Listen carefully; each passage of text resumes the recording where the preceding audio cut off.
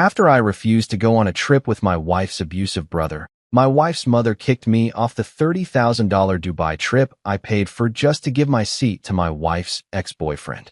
She said, "He's more fun anyways." Big mistake. I made sure they'd never forget. What happened next? You know that feeling when your whole world shifts in the span of a text message? Yeah, well, that's exactly what happened to me on a Tuesday afternoon while I was sitting in my office, pretending to care about quarterly reports. My name's Marcus Linwood, and I'm about to tell you how one message from my mother-in-law turned my life upside down and taught me the most expensive lesson I've ever learned about family loyalty. The text came in at 2:47 p.m. I remember the exact time because I was watching the clock, counting down the minutes until I could leave early and surprise Rachel with dinner reservations at that fancy steakhouse she'd been eyeing. My phone buzzed, and when I saw Deborah's name pop up, I figured it was something about our upcoming Dubai trip. Maybe she wanted to know what time we were meeting at the airport or if she should pack sunscreen. You know, normal mother-in-law stuff. But this wasn't normal. Not even close. "We've decided Asher will take your seat. He's more fun anyway." I stared at that message for what felt like forever, reading it over and over again, hoping the words would somehow rearrange themselves into something that made sense. But they didn't. They just sat there on my screen, each word hitting me like a punch to the gut. No, "Hey Marcus," at the beginning. No, "Sorry, but we need to talk," or even a half-hearted explanation. Just a cold, matter-of-fact statement delivered like she was telling me the weather forecast. Asher. Of all the people in the world, they chose Asher Dean to take my place on a trip I'd been planning and paying for since last Christmas. This is the same guy who used to corner me at family barbecues and call me discount husband, while everyone else laughed it off like it was just harmless fun. The same jackass who thought it was hilarious to shove me into the pool at Rachel's cousin's wedding while I was wearing my best suit, then act like I was being dramatic when I didn't find it funny. The same ex-boyfriend who treated my wife like garbage for 3 years before I came along and showed her what real love looked like. And now he was more fun than me. The guy who paid for first-class tickets to Dubai for the entire family. The guy who'd been busting his ass for months to plan the perfect vacation that would maybe, just maybe, help me win over Rachel's family once and for all. I set my phone down and leaned back in my office chair, trying to process what had just happened. 2 weeks. We were supposed to leave in 2 weeks, and suddenly I wasn't invited to my own damn vacation. The irony wasn't lost on me that I'd been working overtime for the past 3 months to pay for this trip, sacrificing weekends and late nights with Rachel so I could make sure everyone had the experience of a lifetime. 10 days in Dubai with all the bells and whistles, first-class flights, 5-star accommodations, desert safaris, yacht cruises, and that dinner-in-the-sky experience that cost more than most people's monthly rent. But here's the thing that really twisted the knife. This whole trip was supposed to be my olive branch to Rachel's family. Her brother Colin had made it crystal clear from day one that he thought his sister could do better than me, and Deborah had this passive-aggressive way of making me feel like an outsider at every family gathering. I thought if I could show them how much I loved Rachel, how much I was willing to invest in our relationships, maybe they'd finally accept me as part of the family. Instead, they handed my seat over to the one person who represented everything I wasn't in their eyes, the smooth-talking charmer who could make everyone laugh, even when he was being a complete ass. Asher had this way of walking into a room and commanding attention, telling stories that probably weren't even true, but had everyone hanging on his every word. Meanwhile, I was the quiet guy in the corner, the one who actually showed up when Rachel needed someone, who remembered her mom's birthday and sent flowers, who fixed her dad's computer without being asked. I picked up my phone again and scrolled up through our text history with Deborah. There were months of messages about the trip, me asking about dietary restrictions, sharing hotel options, coordinating flight times. She'd been enthusiastic about everything, thanking me for my generosity and telling Rachel how lucky she was to have such a thoughtful husband. And now, with one text, all of that was gone. The worst part? I knew exactly how this had gone down. Colin had probably suggested inviting Asher, maybe as a friend, to round out the group. Then they all sat around discussing it like I wasn't even a factor in the equation. Like my feelings, my money, my role as Rachel's husband didn't matter. They probably convinced themselves they were doing me a favor by not making me deal with Asher for 10 days, not realizing, or maybe not caring, that they were basically telling me I didn't belong in my own wife's family. I closed my eyes and took a deep breath, feeling something shift inside me. For years, I'd been the accommodating son-in-law, always bending over backward to keep the peace, swallowing my pride whenever Colin made his snide comments or Deborah treated me like hired help. But this was different. This was them crossing a line I didn't even know existed until they'd already stepped over it. My phone buzzed again, but this time it wasn't Deborah. It was Rachel. Mom told me about the Dubai thing. Don't make it weird, okay? Asher's just easier to travel with.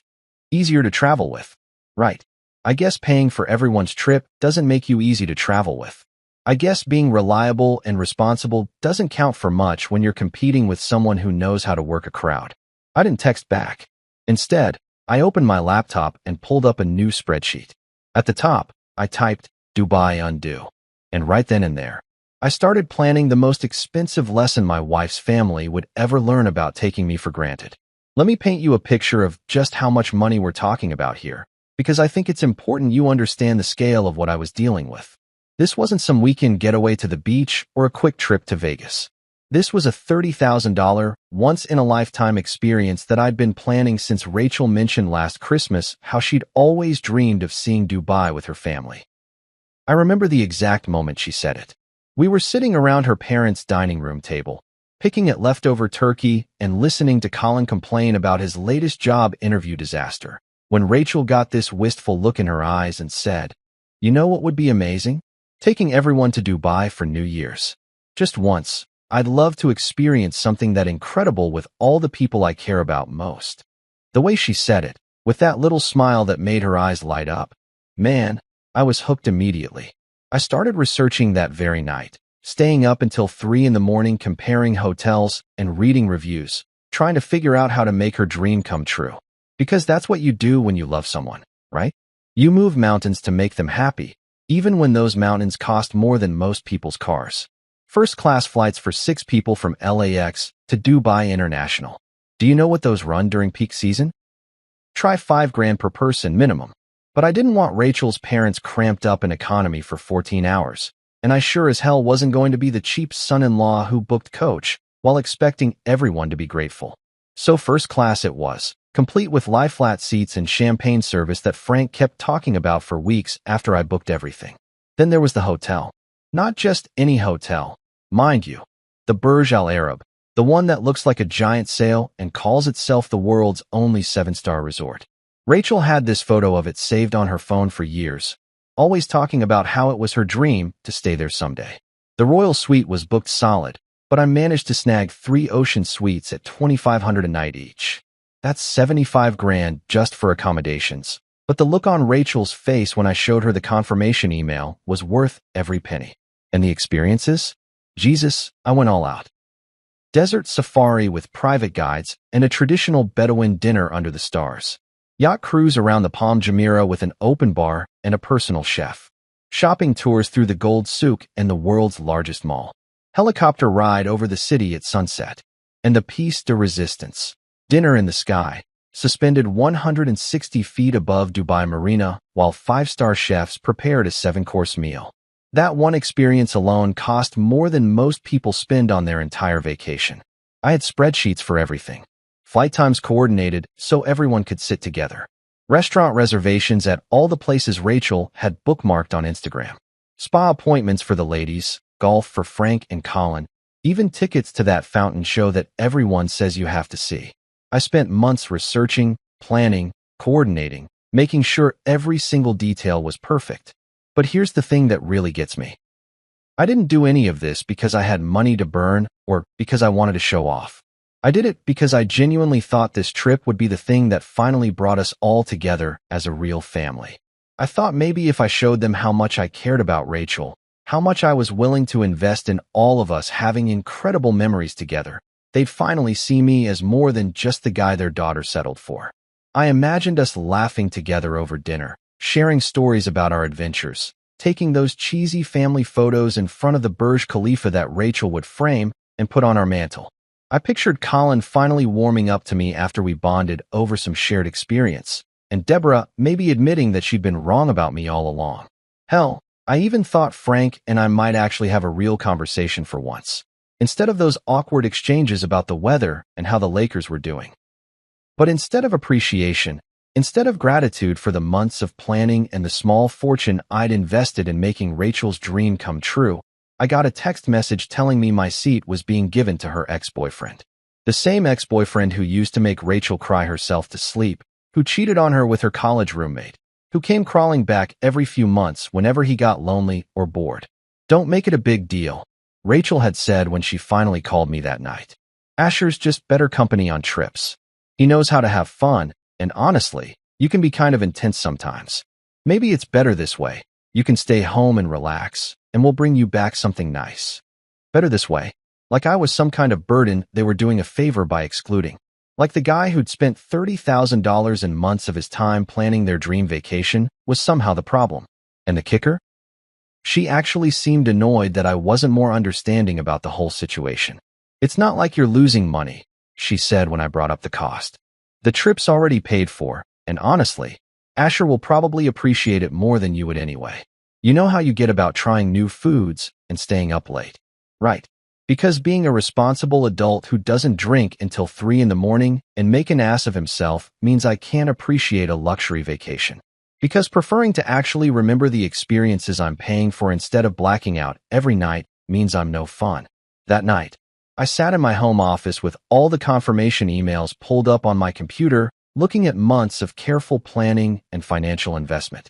Everything was under my name, paid for with my credit cards, booked through my accounts. Rachel's family might have thought they could just swap me out for someone more entertaining, but they were about to learn a very expensive lesson about taking people for granted. I opened up a new spreadsheet and titled it Dubai Undo. And for the first time since this whole nightmare started, I actually smiled. Sitting there in my office, staring at that Dubai Undo spreadsheet, my mind started wandering to all the other ways Rachel's family had been taking advantage of me over the years. And let me tell you, once you start pulling at that thread, the whole damn sweater unravels pretty quickly. The condo situation was probably the biggest example of how naive I'd been about their true feelings toward me. About 3 years back, Frank lost his job at the shipping company where he'd worked for 15 years. Downsizing, they called it, though everyone knew it was really about shipping jobs overseas to save a few bucks. Frank was devastated. The man had worked his ass off for that company, putting in overtime and weekends, missing family dinners and school plays, all for the promise of a secure retirement that got yanked away when some MBA in a boardroom decided his salary was too expensive. Rachel was beside herself watching her dad struggle. He was 58 years old, which is apparently the perfect age to be considered too old by most employers, but too young to retire. The unemployment benefits barely covered their mortgage, and Deborah was working part-time at a boutique that paid just above minimum wage. They were looking at losing their house, the same house where Rachel grew up, where all her childhood memories lived. So what did I do? I bought a second condo. Not just any condo, a beautiful 2-bedroom place in a gated community about 20 minutes from their old house. Granite countertops, stainless steel appliances, a balcony overlooking a little man-made lake with a fountain. The kind of place that would have been a dream home for most people. I put down the full 20%, signed all the paperwork, and handed Frank the keys with a simple arrangement. "Live there rent-free until you get back on your feet. Then we'll figure out something fair. You're saving our family," Deborah said that day, actually tearing up as she hugged me. "Rachel's so lucky to have found someone like you." Frank shook my hand with both of his, the way he did when he was really emotional, and told me I was the son he'd always wanted. Even Colin, who usually treated me like something he'd scraped off his shoe, admitted that what I was doing was pretty cool, and that maybe he'd misjudged me. For about 6 months, it was perfect. Frank found some consulting work, nothing permanent, but enough to cover groceries and utilities. They kept the place immaculate, sent me photos of how they decorated it, invited Rachel and me over for dinner every Sunday. Deborah would cook these elaborate meals and tell everyone who'd listen about her generous son-in-law who'd save them from financial ruin. But then Colin got evicted from his apartment. I should have seen the red flags immediately, but I was still in that hopeful phase where I thought Rachel's family was starting to accept me. Colin showed up at the condo with a U-Haul and a sob story about how his roommate had screwed him over, how he just needed a place to crash for a few weeks until he could get back on his feet. And like an idiot, I said yes. Those few weeks turned into months, which turned into years. Colin treated the place like his personal bachelor pad, leaving pizza boxes on the counter and beer cans on the coffee table, bringing home different women at all hours of the night. When I'd stop by to check on things, he'd barely acknowledge me, sometimes not even bothering to put on a shirt when he answered the door. "Thanks for letting me crash here, bro," he'd say, but there was always this undertone of entitlement, like I owed him something instead of the other way around. Like I was his landlord instead of his sister's husband who was doing his family a massive favor. And the money situation? Well, that started falling apart pretty quickly too. At first, Frank would slip me a couple $100 here and there, apologizing that it wasn't more, but promising things would get better soon. I always told him not to worry about it, that family helps family, that we'd settle up when he was more stable. But as time went on, those payments became less frequent and smaller amounts. 200 became 100, then 50, then nothing at all. Instead of apologies, I started getting excuses. The consulting work was inconsistent. Deborah's hours had been cut. Colin was between jobs and couldn't contribute. There was always something, always a reason why this month was different and why next month would be better. Meanwhile, I was covering the mortgage, the HOA fees, the property taxes, the maintenance costs. When the air conditioning unit died in the middle of summer, guess who got the $4,000 repair bill? When the washer and dryer needed to be replaced, guess who drove to Home Depot and arranged the delivery? When the homeowners association sent violation notices because Colin kept parking his rusty pickup truck in the guest spot instead of the assigned space, guess who had to deal with the fines and the angry letters? $21,300. That's what I calculated they owed me over 4 years of basically free housing, not including the opportunity cost of what I could have made renting the place to actual tenants, or the wear and tear from Colin treating it like a frat house. Just the basic costs of keeping them housed and comfortable while they figured their lives out. And how did they repay this generosity? By giving my seat on a $30,000 vacation to Rachel's ex-boyfriend because he was more fun. The more I thought about it, the angrier I got. Not just about the money, though that was certainly part of it. It was about the fundamental disrespect, the way they'd taken everything I'd given them and then decided I wasn't worth keeping around when something better came along. They'd smiled to my face for years, thanked me for my generosity, called me family, all while secretly thinking I was some kind of pushover they could manipulate whenever they needed something. And Rachel? My own wife had gone along with it. She'd watched her family take advantage of me for years and never once stood up for me, never once told them they were crossing a line. When I'd mentioned how frustrated I was getting with the condo situation, she'd just shrugged and said that's what family does for each other. But apparently, that generosity only flowed in one direction. I opened up another spreadsheet and titled it Debt Ledger. At the top, I created columns for Deborah, Rachel, Colin, and Frank. And for the first time in years, I started adding up exactly what being part of this family had cost me. The numbers were staggering, and they were about to learn that everything comes with interest. You know what they say about curiosity and cats?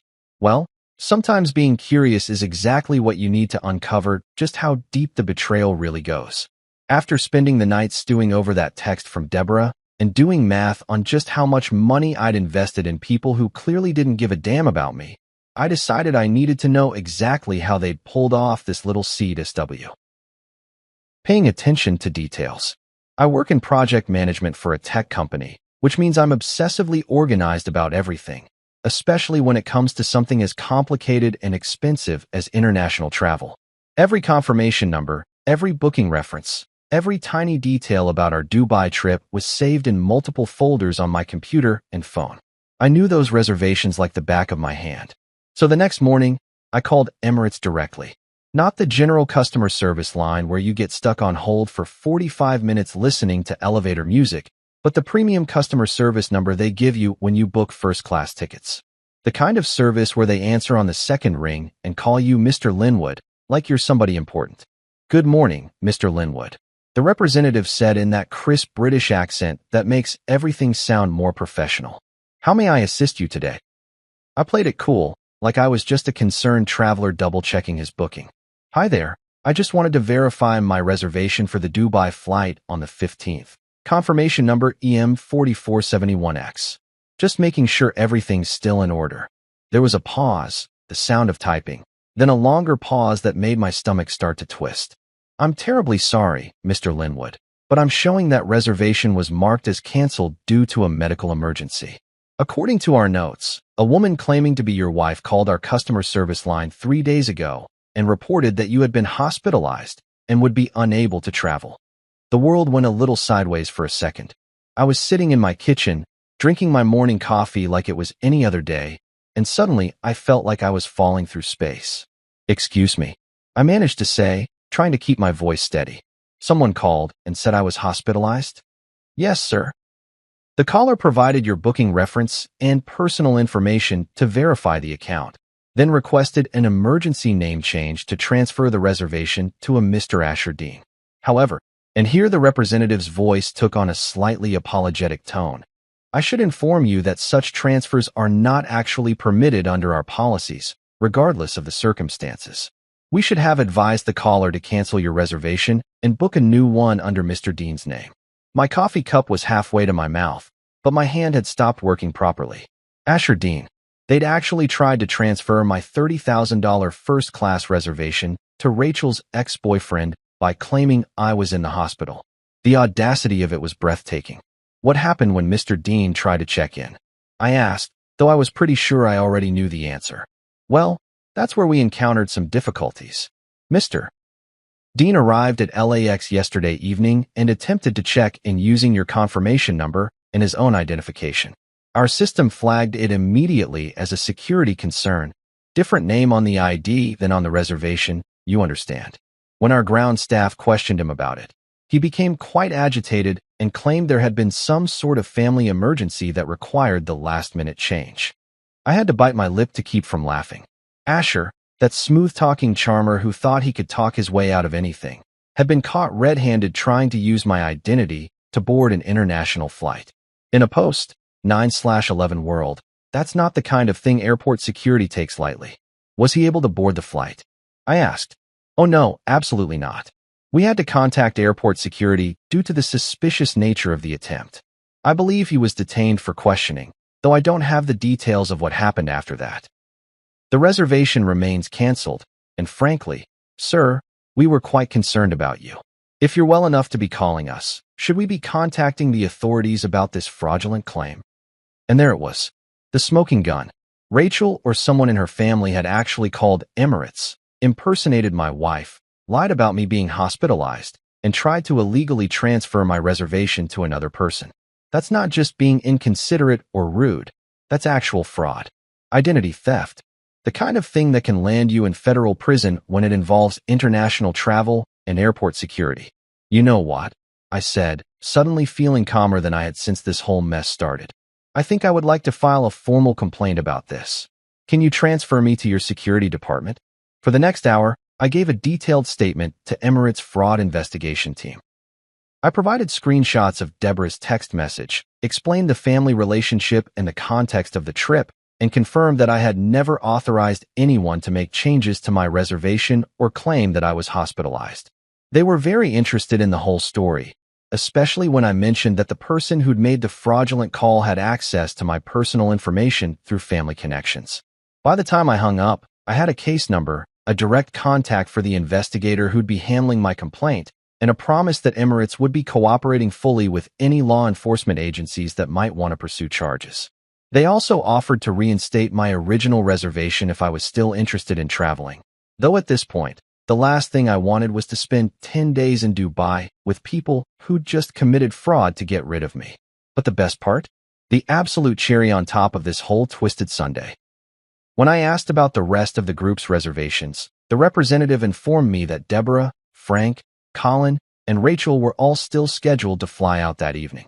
They were probably at the airport right now, waiting to board a plane with their non-existent hotel reservations and canceled excursions, thinking they'd successfully ditched the guy who'd been funding their entire vacation. I hung up the phone and just sat there for a few minutes, processing what I'd learned. They hadn't just been rude or thoughtless. They'd committed actual crimes to exclude me from a trip I'd paid for. They'd lied to an international airline, impersonated my wife, filed false medical claims, and put Asher in a position where he'd been detained by airport security for attempting to use fraudulent travel documents. And they'd done all of this because they thought I wasn't fun enough. I opened my laptop and created a new document titled Fraud Documentation. Time to start keeping a very detailed record of everything. Because if Rachel's family wanted to play hardball, they were about to discover that the quiet, accommodating son-in-law they'd been taking advantage of for years had just learned how to swing back. And I was aiming for the fences. There's something almost therapeutic about methodically dismantling months of careful planning when you realize the people you were planning for don't give a shit about you. I spent the next 4 hours on the phone, and let me tell you, it was some of the most satisfying work I've ever done. I started with the hotel, because that was going to be the biggest shock to their system.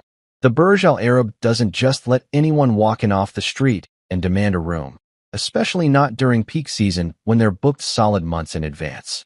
I'd had to pull some serious strings and pay premium rates just to secure those 3 ocean suites, and now I was about to make them disappear with a phone call. Mr. Linwood, the hotel manager, Ahmed, sounded genuinely happy to hear from me. We'd been corresponding for months about special arrangements for the trip. I trust everything is in order for your arrival this evening. Actually, Ahmed, I need to cancel the entire reservation. All 3 suites, the spa appointments, the restaurant bookings, everything. There was a pause. I'm very sorry to hear that, sir. I hope there hasn't been a family emergency. You could say that, I thought. Something like that. The trip isn't happening as planned. Of course, Mr. Linwood. However, I should remind you that these are non-refundable reservations, given the premium nature of the accommodations and the short notice. The cancellation fee will be. I don't care about the money, I said, and meant it. I just want to make sure that no one in my party will be able to check in without me physically present. Can you add a note to the reservation that I must be there in person to authorize any access to the rooms? Certainly, sir. I'll flag the entire booking immediately. Without your personal authorization, no one will be permitted to check in, regardless of what identification or documentation they might present. Perfect. I could just picture Rachel and her family showing up at one of the most exclusive hotels in the world, tired from a 14-hour flight, expecting to walk into luxury suites that no longer existed. The Burj Al Arab isn't the kind of place that has extra rooms lying around for walk-ins, especially not during New Year's week. Next up were the excursions, and this is where I really started to enjoy myself. Desert safari with Al Maha Desert Resort? Cancelled. The private yacht charter around Palm Jumeirah? Gone. Helicopter. You know that feeling when you're watching a train wreck in slow motion? That's exactly what it was like sitting in my living room at 3:07 a.m., watching my phone light up with increasingly frantic messages from Dubai. I'd been expecting this, of course, had actually been lying awake wondering when the first panic call would come through. But seeing it all unfold in real time was more satisfying than I'd imagined. The first text came from Colin, and I could practically feel the confusion and anger radiating through the screen. Dude, what the hell? They're saying there's no reservation at the hotel. The guy at the front desk literally laughed at us when we showed him our confirmation emails. This is seriously messed up. I set the phone down and made myself a cup of tea, taking my time with each step. Boiling the water, selecting the right mug, letting the tea steep for exactly 4 minutes. By the time I picked up my phone again, there were 6 more messages waiting for me. Deborah was next. Marcus, I don't know what kind of game you're playing, but this isn't funny. We've been traveling for 16 hours, and we're exhausted. The concierge says all our reservations have been canceled. The spa, the restaurants, even the airport pickup service. Please tell me this is some kind of mistake. A mistake. Right. Like accidentally spending months planning a $30,000 vacation for people who think so little of you that they'd rather commit fraud than travel with you is the kind of oopsie that just happens. Rachel's messages started coming through around 3:15. Marcus? There's no hotel. The guy at the desk laughed at us. What did you do? Call me back right now. The beauty of international time zones meant I could take my sweet time responding to each crisis as it unfolded. While they were dealing with the immediate catastrophe of being stranded in Dubai with no accommodations, I was sitting comfortably in my home office, documenting everything for my records. Frank tried to be diplomatic in his approach. Son, I'm sure there's been some kind of misunderstanding. Could you please call the hotel and straighten this out? We're willing to work things out when we get home, But right now, we just need a place to sleep. Son. He called me son. The same man who'd been living rent-free in my condo for 4 years, whose family had just committed federal crimes to exclude me from a trip I'd paid for, was asking me to fix their accommodation crisis and calling me son while he did it. But it was the message about Asher that really made my night. By the way, Asher broke his arm falling off a camel. Do you even care? Rachel's crying, and we're stuck in some emergency room that doesn't even speak English properly. The medical bills are insane and our insurance doesn't work here. I had to read that one twice to make sure I wasn't imagining it. Asher, the same Asher who was supposedly more fun than me, who was such great travel company that they'd committed fraud to bring him instead, had managed to break his arm on what was probably the only excursion they'd been able to book last minute after discovering all their original plans had been canceled. The irony was delicious. They'd replaced me with someone who was going to cost them thousands in emergency medical bills in a foreign country, while I was sitting at home, perfectly safe and increasingly entertained by their misfortune. The messages kept coming throughout the night, each one more desperate than the last. Apparently, finding decent hotel rooms in Dubai during New Year's week when you don't have reservations is roughly equivalent to finding unicorns. The few places that had availability were either complete dumps in sketchy neighborhoods or luxury resorts charging premium rates that made my original bookings look like budget options. The only place we could find is some sketchy motel near the airport. Colin texted around 4 a.m. It smells like cigarettes and the air conditioning doesn't work. There's literally a roach in the bathroom. Rachel hasn't stopped crying since we got here. Good. Maybe now she'd understand what it felt like to have something you were looking forward to completely destroyed by people who were supposed to care about you. Deborah tried a different approach around 5 a.m. Marcus, I think we need to have a serious conversation about your behavior. This is cruel and vindictive. Rachel's your wife, and you're destroying her dream vacation out of spite. Is this really the kind of man you want to be? Cruel and vindictive. That's rich, coming from the woman who'd texted me that my seat was being given to someone else because he was more fun anyway. The woman who'd helped orchestrate fraud against an international airline to exclude me from a trip I'd planned and paid for. But it was Rachel's final message of the night that really showed me how completely they still didn't get it. You're being so petty right now. Yes, maybe we handled the Asher thing wrong, but you're literally ruining everyone's vacation because your feelings got hurt. This is exactly why we thought he'd be better company. You always make everything about you. I read that message 3 times, each time feeling a little more clarity about what I was dealing with. Even now, even after discovering that all their plans had been canceled, even after spending a night in a roach-infested motel near the airport, Rachel still thought this was about my hurt feelings. She still thought I was being petty and dramatic. She didn't understand that this wasn't about hurt feelings or wounded pride. This was about respect. This was about the fundamental recognition that you don't treat people like garbage and then expect them to keep funding your lifestyle. This was about consequences for actions, something her family seemed to have avoided for most of their lives. I opened my laptop and added a new entry to my documentation spreadsheet. January 1st, 3:07 a.m. First contact from Dubai. Subjects discovering consequences of their choices. Asher hospitalized with broken arm. Group stranded without accommodations. No acknowledgement of wrongdoing or understanding of situation. Then I turned off my phone, poured myself another cup of tea, and went to bed. Tomorrow, I had some phone calls to make about the condo situation. Tonight, I was going to sleep better than I had in years, knowing that for the first time since I joined this family, the people who'd been taking advantage of me were finally experiencing what it felt like to face the consequences of their actions. And honestly, they deserved every uncomfortable minute of it. There's something to be said for the power of silence. 4 or 5 days after the Dubai disaster, I didn't respond to a single text, email, or voicemail from Rachel's family. Not one. I let them stew in their own mess while I took some time to plan my next moves and, honestly, just enjoy the peace and quiet of not having to deal with their drama for once. They finally made it back to LA on January 6th, 3 days later than originally planned, and about $15,000 poorer after paying for emergency flights, last-minute hotel rooms, and Asher's medical bills. I know this because I've been monitoring the condo's security cameras, and I watched Colin's beat-up pickup truck pull into the driveway that Tuesday afternoon, followed by Frank and Deborah's sedan. I gave them exactly 2 hours to get settled and cleaned up before I made my appearance.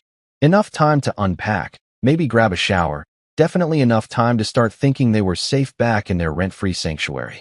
Then I knocked on the door of my own property, carrying a manila folder that contained the most important document any of them had seen in years. Colin answered the door, looking like he'd been through a blender. His usual cocky swagger was nowhere to be found, replaced by exhaustion and what I can only describe as shell shock. The golden boy who'd thought he was so clever helping to orchestrate my exclusion from the Dubai trip now looked like a man who'd learned some hard truths about consequences. "Oh," he said, not quite meeting my eyes. "It's you." "Yeah, it's me. The guy whose property you've been living in for free for the past 4 years. Can I come in?" He stepped aside without a word, and I walked into what had once been a pristine condo and was now clearly Colin's personal disaster zone. Pizza boxes on the kitchen counter, beer cans lined up on the coffee table, some woman's makeup scattered across the bathroom sink that was visible from the living room. It looked like a frat house, not a home where responsible adults lived. Frank and Deborah emerged from the master bedroom looking every bit as worn down as Colin. Deborah had clearly been crying. Her eyes were red and puffy, and she kept dabbing at her nose with a tissue. Frank looked older somehow, like the stress of the past week had aged him 5 years. "Marcus," Frank said, attempting his usual warm smile, but falling short. "We need to talk about what happened in Dubai. I think there's been a big misunderstanding." "A misunderstanding?" "Right. Like accidentally committing federal fraud is something that just happens when communication gets mixed up." "Actually," I said, setting the manila folder down on the coffee table after moving aside a stack of Colin's dirty dishes, "I think we need to talk about what's going to happen right here. Starting now." I opened the folder and pulled out 3 copies of a document I'd spent considerable time crafting with my attorney's help. Standard residential lease agreement, completely legal and fair by every measure, but probably shocking to people who'd gotten used to living somewhere for free. "What's this?" Deborah asked, though her voice suggested she already knew and didn't like it. "It's a lease agreement," I said, sliding copies across the table to each of them. "Market rate for a 2-bedroom condo in this area is $2,950 per month. First month's rent plus last month's rent plus security deposit. Total of $8,850 due within 30 days if you want to continue living here." The silence in the room was deafening. Colin picked up his copy and stared at it like it was written in a foreign language. Frank's hands were actually shaking as he tried to focus on the small print. Deborah just sat there with he managed to say, and there was real disbelief in her voice. Like the idea that actions might have consequences was completely foreign to her. "No," I said calmly. "I'm offering you a legal contract to continue living in my property. That's more courtesy than you offered me when you decided to commit fraud to exclude me from a vacation I paid for." Rachel chose that moment to emerge from wherever she'd been hiding, probably hoping to avoid this confrontation entirely. She looked terrible, dark circles under her eyes, her hair pulled back in a messy ponytail, wearing sweatpants and an old college t-shirt. The woman who'd been so excited about her dream vacation to Dubai now looked like she hadn't slept in a week. "Marcus," she said, and I could hear her trying to summon some of her old authority, the tone she used when she wanted me to back down from something. "This is petty. We had some problems with communication about the trip, but that doesn't mean you should punish my parents." Petty. There was that word again. Amazing how quickly something becomes petty when the person who's been getting away with bad behavior suddenly faces consequences for their actions. "This isn't punishment," I said, keeping my voice level and professional. "This is business. Just like you treated our marriage when you decided my feelings didn't matter as much as making sure Asher got to go on a free vacation." Colin finally found his voice, though it came out weaker than usual. "Come on, man. We're family. You can't just—" "Family," I interrupted, and for the first time since I'd walked in, I let some of my real feelings show. Family doesn't commit fraud against each other. Family doesn't lie to airlines about medical emergencies. Family doesn't give away someone's seat on a vacation they planned and paid for because they think someone else would be more fun. I reached into my folder and pulled out printed copies of all the text messages, the airline fraud documentation, and my detailed accounting of exactly how much money they'd cost me over the years. I spread them across the coffee table like evidence in a courtroom. 4 years of free housing, $21,300 in unpaid rent, utilities, and maintenance.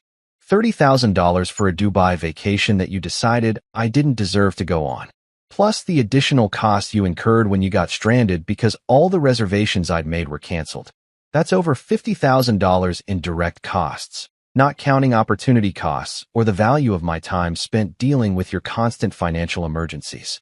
Frank was staring at the documents like they contained evidence of war crimes. We never asked you to. No, you didn't ask. You just took. For years. And when I finally stood up for myself, you called it petty. I stood up and straightened my jacket. So here's the deal. You have 30 days to either sign this lease and start paying market rate rent like adults, or you can find somewhere else to live. Those are your only options. Deborah looked up at me with something that might have been hatred. You've changed, Marcus. This isn't the man Rachel married. She was right about that. The man Rachel married would have swallowed this insult, made excuses for their behavior, maybe even paid for another vacation to try to smooth things over. The man Rachel married was a doormat who prioritized keeping the peace over keeping his dignity. But that man was gone. He'd been killed the moment I got that text message telling me my seat was being given to someone more fun. You're absolutely right, I said, gathering up my documents. I have changed. I've learned what happens when you treat generous people like they're disposable. I've learned what family really means and what it doesn't. I headed for the door, then paused and turned back to face them one more time. Oh, and just so we're clear, if you decide not to sign the lease and don't vacate the property within 30 days, I'll be filing for formal eviction through the courts. That's a matter of public record, which means it'll show up on credit reports and rental applications for the next 7 years. Might make finding a new place to live a bit challenging. I let myself out and walked back to my car, feeling lighter than I had in years. Behind me, I could hear them starting to argue with each other, voices rising as the reality of their situation began to sink in. For the first time since this whole mess started, I was the one walking away from their drama instead of being stuck in the middle of it. And it felt damn good. 30 days. That's all I gave them to make a decision, and honestly, I knew exactly what choice they'd make before they did. People who've gotten comfortable taking advantage of someone's generosity don't suddenly develop a sense of responsibility just because you present them with a lease agreement. They double down, make excuses, and convince themselves that somehow, some way, they can manipulate the situation back to their advantage. The silence was deafening. Not a single phone call, not one email, not even a text message acknowledging that they'd received the lease or asking questions about the terms. For 30 days, Rachel's family acted like I'd never shown up at their door with a legal contract, like they could just ignore reality until it went away. Meanwhile, my security cameras were telling a different story. Colin was still coming and going like he owned the place, bringing home different women every few nights and leaving trash scattered around the property. Frank was still parking in the guest spot he'd been asked repeatedly not to use. Deborah was still hosting her weekly book club meetings in my living room, serving wine and cheese to her friends while they gossiped about neighborhood drama. They were living in complete denial, acting like nothing had changed, probably convincing themselves that I'd eventually back down like I always had before. After all, I was the accommodating son-in-law who'd been swallowing their disrespect for years. In their minds, this was probably just another phase I'd get over once I cooled down. They were wrong. On day 31, I called my attorney. Hal Parker had been handling real estate issues for me since I bought my first house, and he'd already been briefed on the whole Dubai situation when I'd initially consulted him about the fraud charges. He's one of those old-school lawyers who doesn't mess around with dramatics or emotional appeals, just cold, hard legal facts delivered with the kind of precision that makes judges pay attention. Time to file the eviction? Hal asked when I called him that Tuesday morning. Time to file the eviction, I confirmed.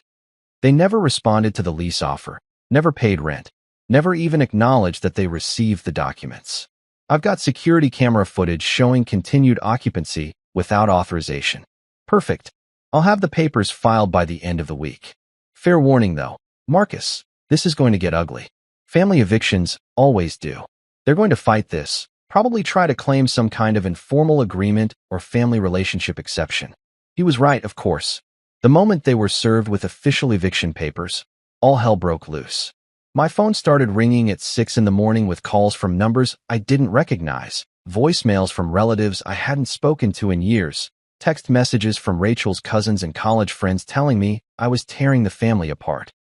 Frank left me a 20-minute voicemail that was equal parts pleading and anger, talking about how he'd always thought of me as a son, how he couldn't believe I'd turned so cold and heartless. He kept saying he didn't understand what had changed, like the months of planning a vacation only to be fraudulently excluded from it was some minor misunderstanding that shouldn't affect our relationship. Colin tried a different approach, showing up at my office building and waiting in the parking garage to ambush me after work. He looked like he hadn't slept in days, his usual cocky demeanor replaced by something that looked almost like desperation. "Dude, come on," he said, blocking my path to my car. "You're really going to throw us out on the street?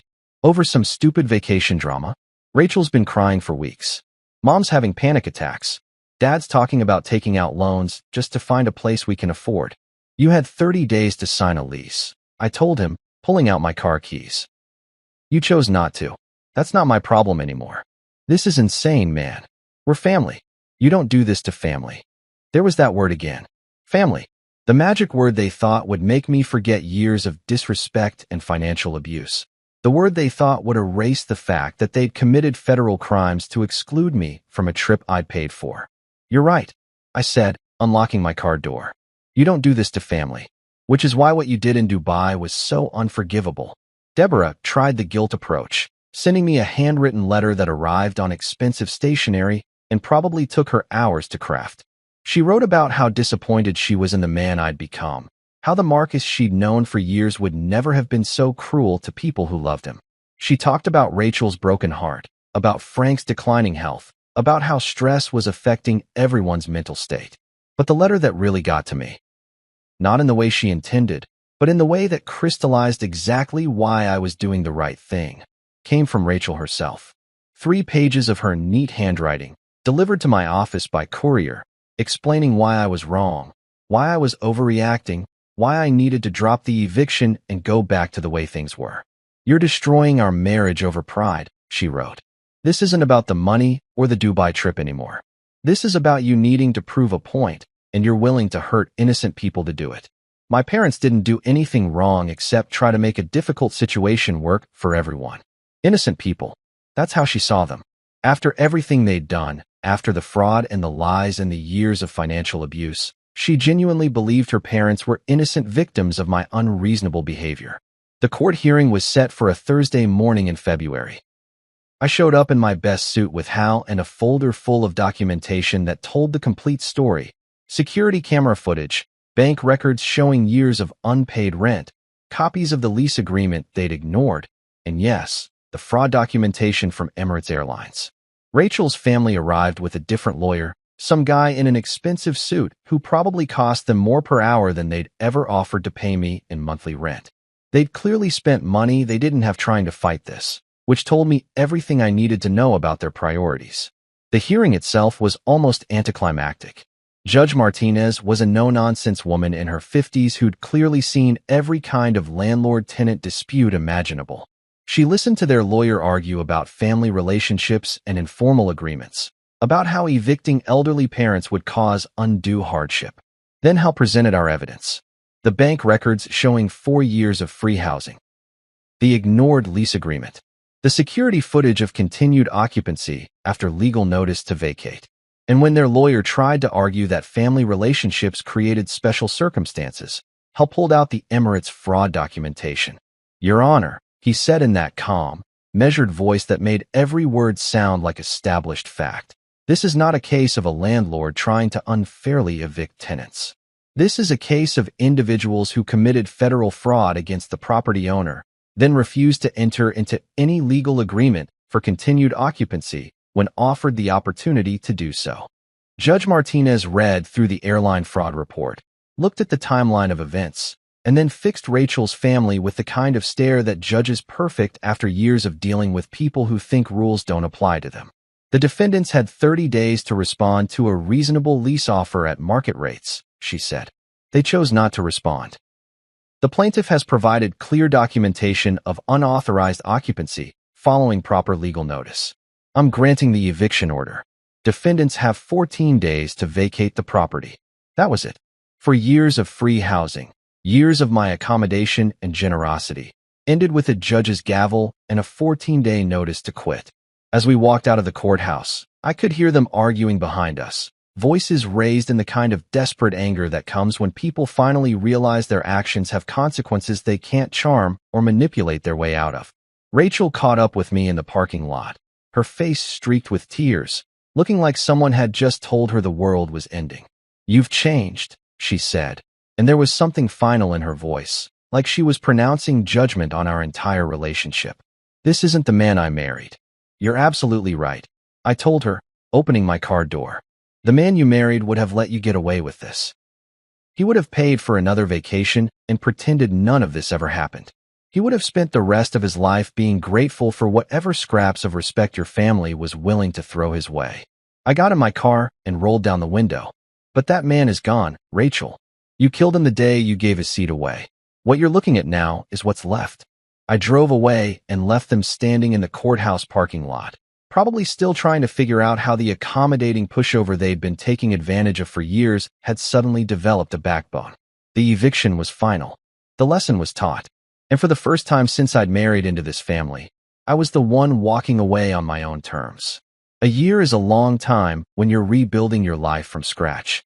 Long enough to find out who you really are when you're not constantly accommodating other people's drama. Long enough to discover what peace feels like when you're not walking on eggshells around people who see your kindness as weakness. Long enough to realize that sometimes the best thing you can do for yourself is learn to say no to people who've never learned to hear it. I'd moved into a smaller place downtown, closer to work, with a view of the city that reminded me every morning that there was a whole world out there beyond Rachel's family dysfunction. The divorce had been finalized 6 months earlier, split right down the middle with no drama because, frankly, there wasn't much to fight over once you removed my financial contributions from the equation. Rachel kept the house and the mortgage payments that came with it. I kept my sanity and my bank account.